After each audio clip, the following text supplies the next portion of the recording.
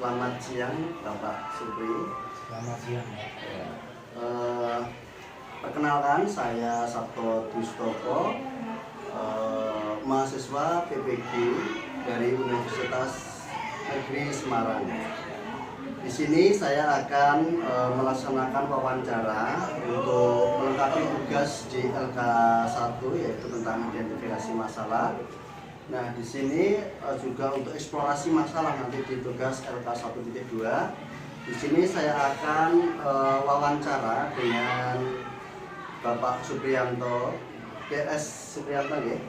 Ini salah satu stakeholder atau wakil kepala sekolah bidang kurikulum yang ada di SMP Negeri 2 Kedawung, yaitu tempat saya bekerja. Pak Supri, mohon izin ya. Ini saya akan mengadakan wawancara dengan Bapak. Ini nanti untuk tugas saya sebagai mahasiswa PPG.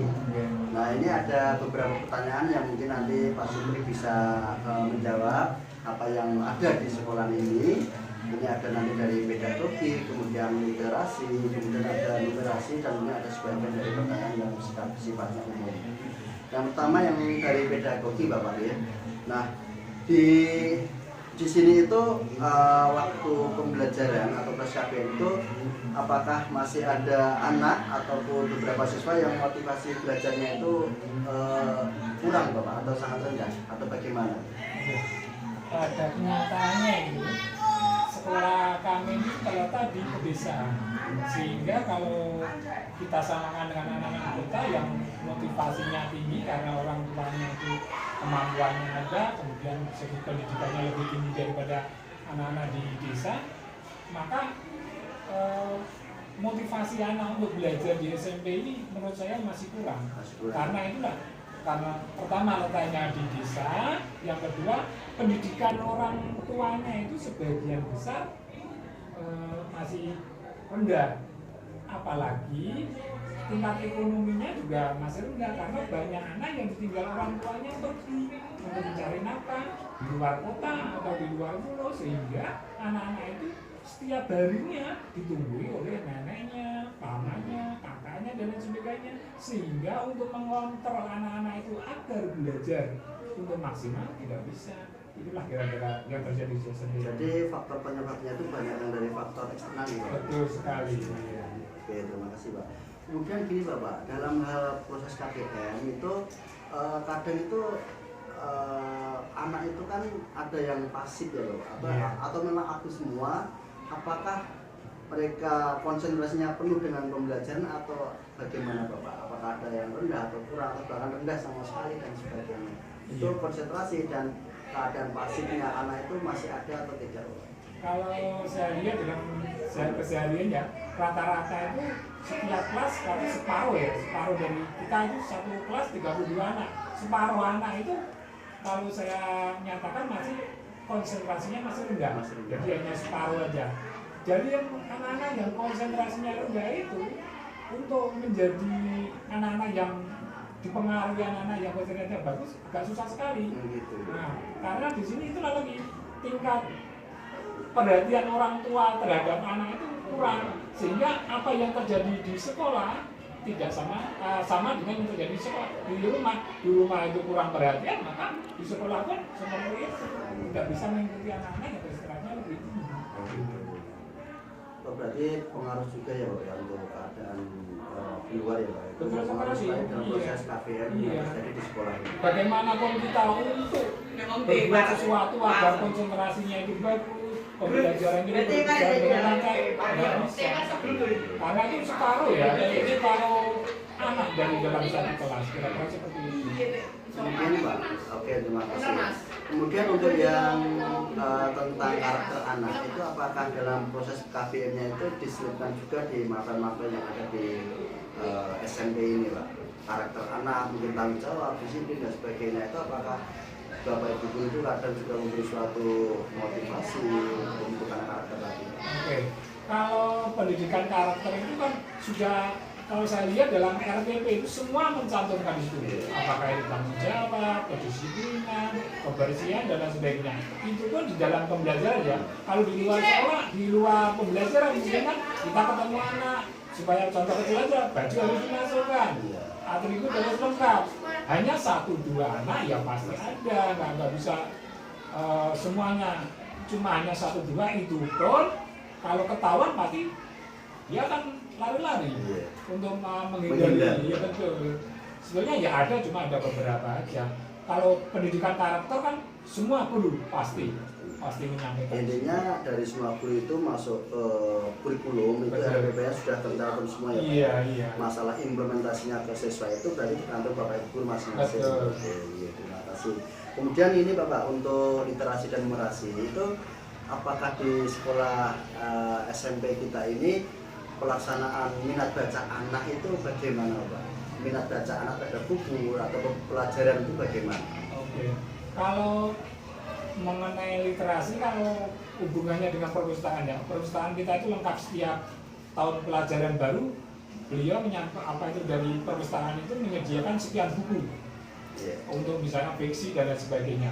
Tetapi pada kenyataannya anak waktu istirahat atau pada kesempatan tertentu untuk masuk ke perpustakaan itu agak susah. Karena apa? Dia lebih asik main HP, dia main HP setelah dia langsung pakai HP. Jadi yang masuk ke perpustakaan agak susah. Padahal perpustakaan itu sudah memberikan reward bagi anak-anak yang masuk ke perpustakaan yang paling tinggi. Daftar masuknya siapa dapat reward, tapi kenyataannya nggak berhasil juga ya. Jadi hanya anak-anak itu tertentu, anak-anak yang tertentu aja yang masuk perpustakaan, yang lainnya ya itulah asik main HP aja. Jadi sebenarnya dari pihak sekolah juga sudah memberikan suatu rangsangan rangsangan ke anak biar mereka itu literasinya besar. Tetapi ya itu tadi pengaruh dari HP. Iya. Kalau dari sekolah itu nggak kurang-kurang ya untuk agar anak apa itu senang membaca itu kan ada di sana pun bukunya kan bervariasi. Nah setiap tahun kita mengadakan buku baru, tapi kenyataannya ya seperti itu. Tapi kita masih berusaha biar anak bisa minatnya tinggi dan lebih meningkat lah dibanding dari tahun-tahun sebelumnya. Kemudian berarti kalau literasinya rendah hubungannya dengan numerasi juga hampir sama ya Pak? Itu bagaimana untuk numerasi anak? Begitu juga karena numerasi itu ada hubungannya dengan literasi juga. Dia kalau sering membaca mau nggak mau kan mengerti permasalahan dan bisa menjawab suatu pertanyaan dari guru atau menjawab soal-soal. Kalau dia jarang membaca, bagaimana dia bisa menyelesaikan? Hitung-hitungan sama ya? Betul, sama dengan itu pun dari SD kebetulan kita memang inputnya itu sudah berpengaruh sekali. Karena zonasi ya? Betul, zonasi dari sekeliling yang diterima kan sebagian banyak dari sekeliling sekolah. Itu pun kita dalam posisi di desa seperti ini. Jadi ya untuk apa dia belajar pun hasilnya nanti saya harus masuk di sini kan begitu. Itulah kekurangan kita kalau menurut saya, kekurangan dari zonasi itu seperti itu ya. Oke. Kemudian Pak, dalam keseharian itu dalam pelaksanaan KBM ya Pak, itu apakah Bapak Ibu guru yang ada di sini itu sudah melaksanakan suatu pendidikan yang inovatif Pak, pembelajaran inovatif itu sudah belum atau mungkin masih kurang atau mungkin hanya sebagian guru atau bagaimana? Mungkin dari pihak kurikulum bisa menjelaskan. Ya memang tidak semua guru ya, tapi sebagian besar saya lihat itu sudah berinovasi agar pembelajaran itu menarik untuk siswa. Contoh, kita akan punya gazebo, anak dibawa keluar, kita belajar di luar kelas. Selama ini kan kita terus di dalam kelas, tidak dibawa, kemudian dibawa ke lab, kemudian ada yang membawa LCD dan sebagainya, kan itu suatu motivasi. Cuma ya kenyataannya ya memang masih kurang, tapi kita masih berusaha lah. Oke, ini Pak sudah banyak jawaban dari Bapak, tapi ini ada satu lagi Pak untuk mengenai Bapak Ibu guru dalam mengajar tuh materinya ataupun soal-soalnya itu apakah mereka sudah mengerti atau sudah berbasis dengan hot ya Pak ya? Yang materi hot atau soal-soal itu Bapak Ibu guru di sini bagaimana? Iya, kita Bapak Ibu guru pernah mengikuti diklat itu mengenai membuat soal-soal hot. Ya. Tetapi untuk aplikasinya bagaimana kita mau? Ya tidak setiap hari sih, tapi memang kadang-kadang kita sertai seperti itu. Hal itu untuk apa itu mengantisipasi nanti kalau ujian sekolah, kemudian ANBK, seperti itu kan soal-soalnya mau nggak mau harus banyak literasi, harus banyak membaca. Karena soal hal itu kan biasanya itu soal-soalnya perlu pemahaman yang khusus, tidak seperti soal-soal sebelum.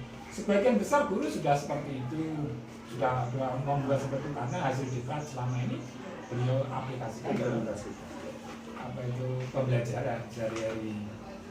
Intinya soal-soal seperti itu sudah mulai diperkenalkan, iya betul. Kemudian mungkin ada kesulitan nggak Pak untuk Bapak Ibu guru dalam menerapkan materi HOTS atau soal-soal tadi yang basis tadi, ada kesulitan atau ada kendala nggak Pak untuk dari ya kurikulum mungkin mengetahui hal itu? Kalau kendala ya pasti ada ya. Karena itulah tadi kita literasi anak aja berjalannya belum maksimal. Terus anak itu kan senangnya itu soal-soal yang nggak pakai pemahaman yang mendalam, nggak mau pakai analisa. Jadi yang pendek-pendek aja itu. Sedangkan soal-soal itu kan harus menganalisa. Nah, seperti itu. Itulah kendala kita. Mau nggak mau kita harus membimbing anak-anak dulu ya, mengarahkan agar dia banyak-banyak membaca sehingga ilmu yang dia punyai ya, bisa menjangkau soal-soal yang harus itu. Oke, terima kasih Bapak Supri. Alhamdulillah untuk wawancara hari ini cukup sekian. Sekali lagi saya terima kasih atas waktunya dan izinnya untuk bisa mewawancarai Bapak Supriyanto. Kemudian semoga dengan hasil wawancara tadi bisa membantu saya bisa memenuhi tugas-tugas yang dibebankan kepada saya dalam PPG saya ini. Sekali lagi saya ucapkan terima kasih ya Pak Supri. Selamat siang. Assalamualaikum warahmatullahi wabarakatuh. Waalaikumsalam. Mari Pak Supri.